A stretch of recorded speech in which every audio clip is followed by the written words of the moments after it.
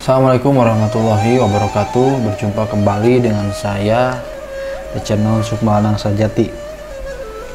Pada kesempatan kali ini saya akan membahas hal yang sepele namun seringkali dilanggar oleh banyak orang yang mempelajari ilmu hikmah, ya. Dilanggar oleh orang yang mempelajari ilmu hikmah. Mungkin sebelum saya lanjutkan, mungkin banyak sebagian besar paranormal di media sosial maupun di luar sana yang akan sebagian besar 90% lah akan berbeda pemahamannya dengan saya.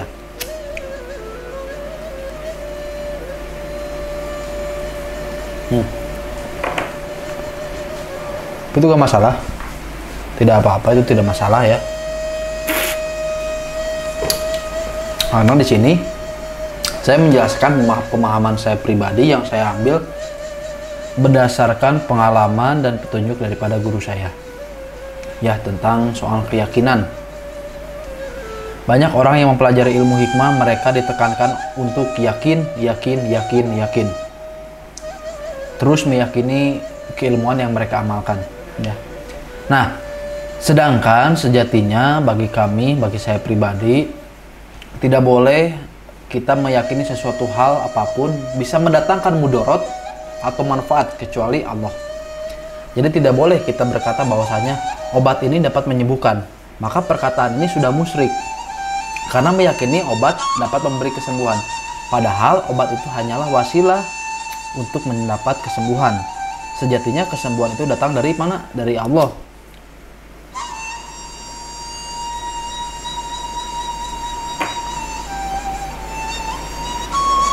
Jadi dalam akidah Ahlussunnah wal Jamaah, kita tidak boleh meyakini kepada sesuatu hal, mau jimat, mau amalan, mau sholawat atau apapun itu, kita tidak boleh meyakini kepada sesuatu hal apapun. Misalkan kita meyakini sesuatu hal ini dapat mendatangkan kebaikan dan keburukan, maka keyakinan semacam ini bisa disebut dengan kemusyrikan. Karena kita meyakini adanya sifat Allah di dalam benda tersebut. Sifat Allah itu apa? Musyrik itu bukan hanya menempelkan sifat Allah yang namanya disembah, ya. Bukan hanya kan banyak orang memahami musyrik itu menyekutukan Allah dalam bentuk sembahan. Bukan hanya itu. Itu sebagian kecil dari musyrik. Tapi jika kita kaji lebih dalam, musyrik dan syirik ini lebih luas daripada itu.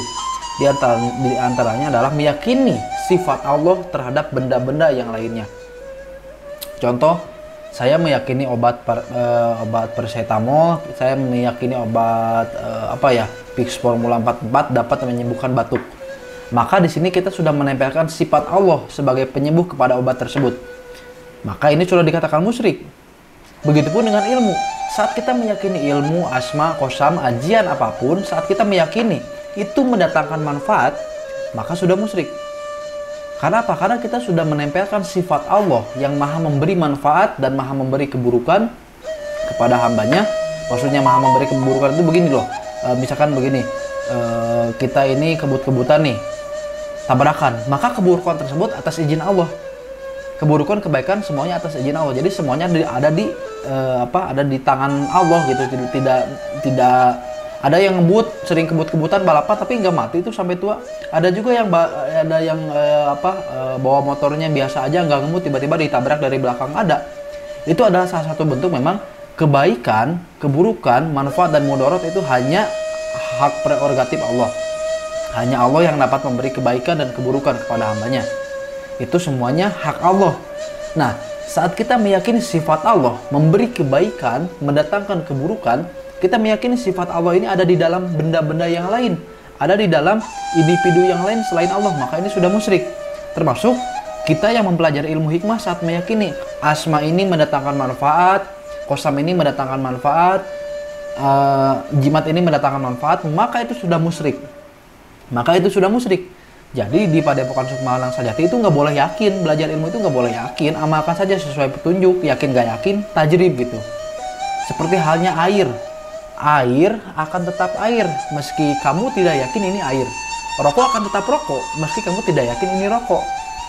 Begitu loh. ilmu akan tetap ilmu. Misalkan ilmu kerejekian akan tetap memberikan efek, memberikan pengaruh kerejekian meski pengamalnya tidak yakin itu mendatangkan kerejekian.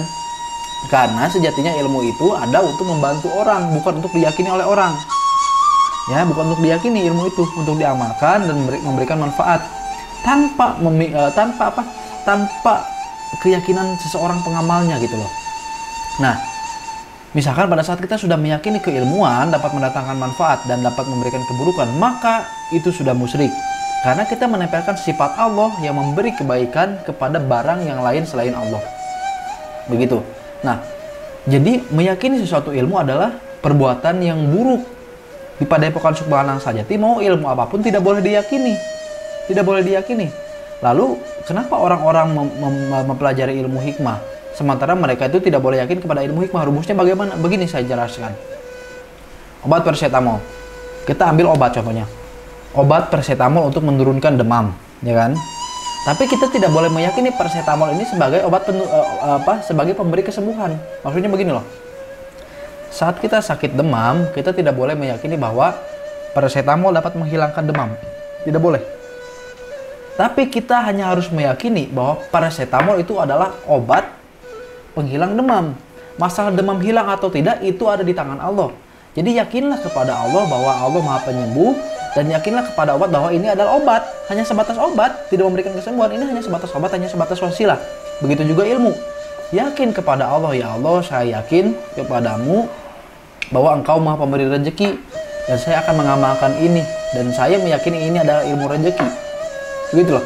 Yakini ilmunya bahwa ini ilmu rezeki, tapi jangan diyakini ilmu tersebut dapat mendatangkan rezeki. Itu rumusnya.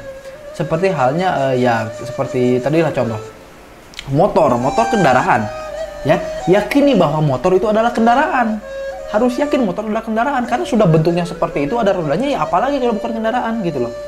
Obat bentuknya seperti itu dimakan, apalagi kalau bukan obat. Ya, kembali ke motor misalkan. Kita yakini motor itu kendaraan, tapi kita jangan meyakini bahwa motor dapat menyampaikan kita ke tujuan. Karena meskipun kita pakai motor, bisa saja kita tabrakan di jalan dan kita tidak sampai ke tujuan. Begitu juga ilmu. Yakini, misalkan kita kesulitan rezeki ya, yakini Allah Maha Pemberi rezeki, wasilahnya dengan mempelajari ilmu kerezekian. Dan yakini bahwa ilmu tersebut adalah ilmu rezeki. Jangan lebih dari itu. Jangan meyakini ilmu ini dapat mendatangkan rezeki, tapi cukup yakini bahwa ilmu ini adalah ilmu kerezekian. Gitu loh. Nah, begitu juga dengan ilmu-ilmu yang lain. Ilmu untuk menarik jodoh, ilmu untuk mengusir jin dan lain sebagainya. Jangan meyakini bahwa ilmu itu dapat mengusir jin, jangan meyakini bahwa ilmu ini dapat membinasakan jin, jangan. Yakini Allah Maha Penghancur dan Maha Pengusir jin. Allah dapat mengusir dan dapat menghancurkan jin-jin fasik. Allah Maha segalanya. Nah, terus kita yakini bahwa ini adalah ilmu pengusir jin dan penghancur jin. Seperti itu. Jadi memang agak simpel. Cuman kalau gak punya guru susah untuk mengamalkan ini, dan kita rentan sekali jatuh ke dalam kemusyrikan saat mempelajari ilmu-ilmu seperti ini. Tidak boleh yakin ke ilmu, yakinlah kepada Allah.